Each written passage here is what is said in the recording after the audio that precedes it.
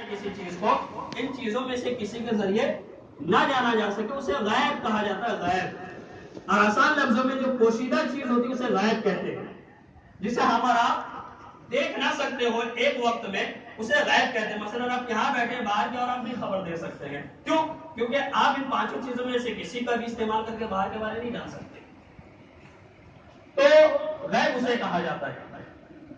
تو جب آپ نے غیب کی تعریف سماعت کر لی تو اب سوال یہ اٹھتا ہے، کیا اللہ تبارک و تعالی نے اپنے انبیاء علیہ السلام کو غیب کا علم عطا کیا ہے یا نہیں؟ اور دیا ہے تو کتنا دیا ہے؟ دیا ہے تو کتنا دیا ہے؟ اور غیب کی کتنی قسمیں ہوتی ہیں، غیب کتنی طرح کی ہوتی ہے؟ تو انشاءاللہ سب سے پہلے غیب کی کتنی قسمیں اس پہ گفتگو کی جائے گی، اس کے بعد پھر غیب انبیاء کرام کو اللہ تعالیٰ نے دیا ہے یا نہیں دیا ہے، قرآن و حدیث کی روشنی میں اسے ایکسپلین کیا جائے گا، سمجھایا جائے گا کہ غیب یعنی پوشیدہ چیز کا علم، پیچھے کی خبر، آئندہ کی خبر، فیوچر کی خبر اللہ نے اپنے نبیوں کو دیا ہے یا نہیں، اور بالخصوص سرکار دو جہاں صلی اللہ علیہ وسلم کو دیا ہے یا نہیں، اس پہ گفتگو کی جائے گی۔ اس کے بعد پھر آخر میں کہ عقل بھی اس بات کا تقاضا کرتی ہے کہ انبیاء کرام کو غیب کا علم ہوتا ہے، عقل بھی اسی چیز کو چاہتی ہے، یعنی عقلی دلیل، عقلی دلیل قرآن و حدیث صحیح اپنی جگہ پر، آپ اپنا دماغ کا بھی استعمال کریں گے تو آپ اس نتیجے پر پہنچیں گے کہ یقیناً انبیاء کرام کو علم غیب ہوتا ہے، وہ پیٹھ پیچھے کی باتیں جانتے ہیں، کل کیا ہونے والا ان کو معلوم ہوتا ہے۔ لیکن فرق یہ ہوتا ہے کہ انبیاء کرام علیہ السلام کا جو علم غیب ہوتا ہے وہ عطائی ہوتا ہے، یعنی کسی کے دیے سے ہوتا ہے، اور اللہ عز و جل کا جو علم غیب ہوتا ہے وہ ذاتی ہوتا ہے، خود کی پراپرٹی ہوتی ہے، خود کی ملکیت ہوتی ہے، کسی کا دیا ہوا نہیں ہوتا ہے۔ یہ بات آپ یاد رکھیے گا، غیب دو طرح کا ہے، غیب دو طرح کا ہے، ایک یہ کہ آپ خود جان لیں، ایک یہ کہ آپ خود جان لیں، اور کائنات کا کوئی بھی انسان یہ دعویٰ نہیں کر سکتا ہے کہ وہ کسی بھی چیز کے بارے میں خود جان لے۔ ہمارے کوئی بھی چیز جانتے ہیں تو کسی کے بتانے ہی سے جانتے ہیں، بغیر بتائے کوئی انسان کچھ بھی نہیں سیکھ سکتا ہے، اور نہ کوئی جان سکتا ہے۔ ہر کسی کا کوئی نہ کوئی معلم ہوتا ہے، کوئی ٹیچر ہوتا ہے جس کے ذریعے وہ سیکھتا ہے۔ تو غیب جو ہے ایک عطائی ہوتا ہے، دوسرا ذاتی ہوتا ہے۔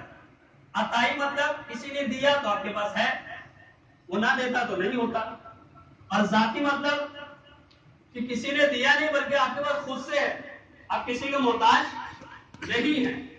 تو اللہ تبارک و تعالیٰ کو بھی علم غیب ہے، اللہ تعالیٰ بھی غیب جانتا ہے، اللہ تعالیٰ کو بھی معلوم ہے کل کیا ہونے والا ہے، اللہ تعالیٰ جانتا ہے کہ ماں کے پیٹ میں لڑکا ہے یا لڑکی، اللہ کو اس چیز کے بارے میں علم ہے، اللہ جانتا ہے کہ اس کھیتی سے کیا کیا ہونے والی ہے، اللہ جانتا ہے کہ آپ کب مرنے والے ہو، اللہ جانتا ہے کہ آپ کے گھر میں بچے کی ولادت کب ہونے والی ہے، اللہ جانتا ہے کہ آپ کو کتنی روزی ملنے والی ہے، اللہ جانتا ہے کہ آپ کے نصیب میں کیا لکھا ہوا ہے، یقیناً اللہ سب کچھ جانتا ہے۔ پھر میں آپ سے یہ کہوں کہ اللہ تو جانتا ہی ہے، لیکن اس کے حبیب بھی جانتے ہیں کہ آپ کے گھر میں لڑکا پیدا ہونے والا ہے یا لڑکی، اس کے حبیب بھی جانتے ہیں کہ آپ کے ساتھ کل کیا ہونے والا ہے، اس کے رسول بھی جانتے ہیں کہ آپ کب مرنے والے ہیں، اس کے حبیب بھی جانتے ہیں کہ آپ کے نصیب میں کیا لکھا ہوا ہے، آپ کو کتنی روزی ملتی ہے، آپ کے نصیب میں کیا لکھ دیا گیا ہے۔ تو پھر سوال یہ قائم ہوتا ہے کہ جب اللہ کو بھی اتنا علم ہے، رسول اللہ کو بھی اتنا علم ہے، تو معاذ اللہ یہ شرک ہو گیا، اللہ اور رسول دونوں برابر ہو گئے۔ تو آؤ میں تم کو بتاؤں، ہرگز شرک نہ ہوا۔ ذرا اپنے عقل کے دروازے کو کھول کر دیکھو، اپنے دماغ کے دریچوں کو کھول دو، ذرا سمجھنے کی کوشش کرو۔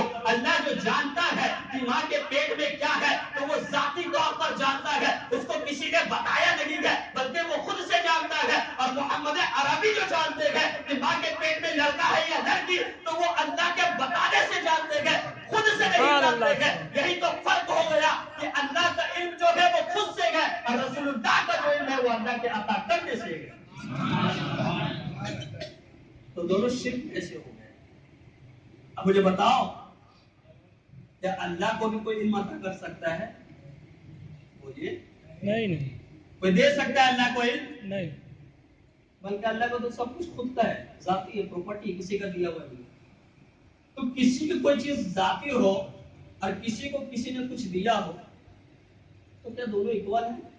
ایک تھوڑا سا بھی عقل رکھنے والا انسان کہے گا نہیں اکول نہیں ہے، اکول نہیں ہے۔ ذاتی اور عطائی دونوں میں بہت فرق ہے۔ تو اللہ بھی غیب جانتا ہے لیکن وہ خود سے جانتا ہے، اور رسول کائنات صلی اللہ علیہ وسلم بھی جانتے گے مگر اللہ کی عطا سے جانتے ہیں۔ اور ہم اہل سنت والجماعت کا یہی عقیدہ ہے، اور اسی پہ سارے اعتراضات ختم ہو گئے، اٹھ گئے، دفع ہو گئے، اب کوئی اعتراض ہی نہیں اٹھتا ہے۔ تو یہ فرق آپ ہمیشہ یاد رکھیں گے۔ آپ کو اگر کوئی گمراہ بھی کرنا چاہے تو ہرگز گمراہ نہ ہوئیے گا۔ وہ لوگ یہ کہتے ہیں کہ تم کہتے ہو رسول کائنات صلی اللہ علیہ وسلم کو ہر ایک شے کا علم ہے، کائنات میں ہر چیز کو ایسے دیکھ رہے ہیں جیسے کوئی شخص اپنی ہتھیلی کو دیکھتا ہے۔ ارے بھائی تم نے تو کیا کر دیا؟ ایسا علم تو اللہ کو ہے، کائنات کی ہر چیز تو اللہ جانتا ہے، رسول اللہ کب سے جاننے لگے؟ تو انہیں یہی جواب دیا جائے گا، میاں رسول کائنات علیہ الصلوۃ والسلام کو جو ایک ایک چیز کا علم ہے وہ اللہ کے عطا کرنے سے ہے، اور اللہ کو جو ہر شے کا علم ہے وہ خود ہے، کسی نے اسے عطا نہیں کیا ہے بلکہ وہ خود سے جانتا ہے۔ اور رسول کائنات علیہ الصلوۃ والسلام جو جانتے ہیں وہ خود سے نہیں بلکہ اللہ کی عطا کرنے سے جانتے ہیں۔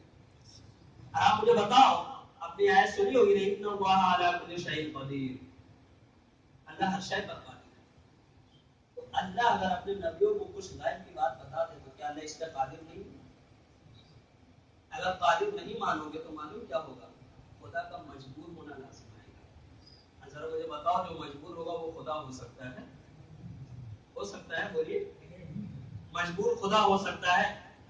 کسی بھی دھرم کا آدمی ہو، کسی بھی فرقے کا آدمی ہو، ہر کوئی جانتا ہے کہ خدا مطلب پاورفل، اس کو پورا اختیار ہو، ہر چیز اس کے تصرف میں۔ یہی نا دماغ میں جب خدا کا لفظ بولا جاتا ہے کہ کوئی اپنے دھرم میں بھگوان بولتا ہے، الگ الگ طریقے گاڈ لارڈ جو بھی بولتے ہیں، تو تصور کیا ہوتا ہے؟ وہ سب سے بڑا ہے، ہر چیز اس کے کنٹرول میں، جبھی تو وہ خدا۔ اگر مجبور ہو گیا تو خدا کہاں رہا؟ پھر انسان اور خدا میں فرق ہی کیا رہے گا؟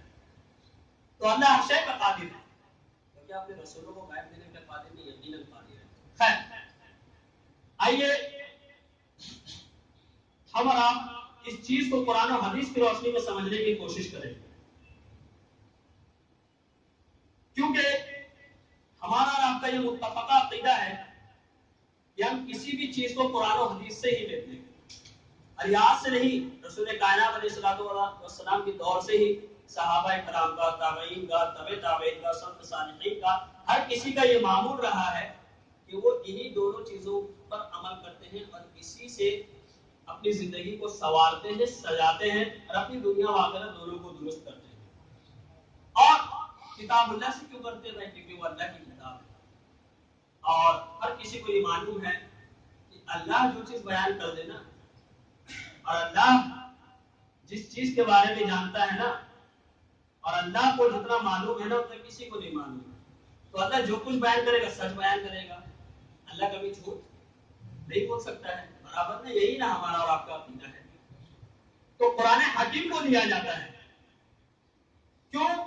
کیونکہ سب سے زیادہ سچا اللہ کی ذات ہے۔ اس کے بعد ہم اور آپ حدیث مصطفیٰ کی طرف رجوع کرتے ہیں، کیوں؟ کیونکہ اللہ کے بعد اگر کوئی اس روح